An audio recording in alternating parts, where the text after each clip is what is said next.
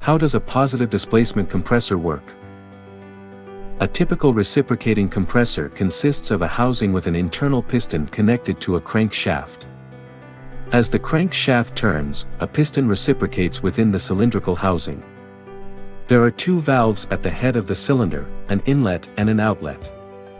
The inlet, sometimes called the suction valve, allows atmospheric air to enter the cylinder. The outlet, sometimes called the discharge valve, ejects the newly compressed air from the cylinder.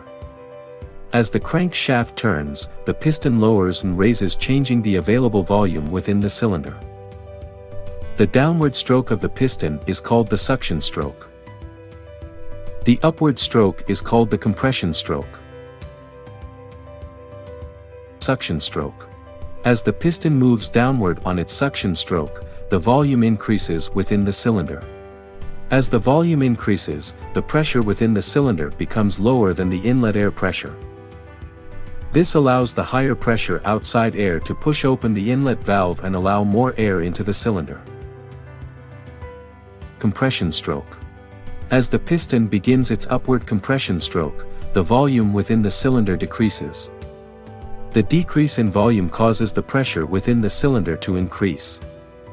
The increase in pressure opens the outlet valve and compressed air discharges from the cylinder.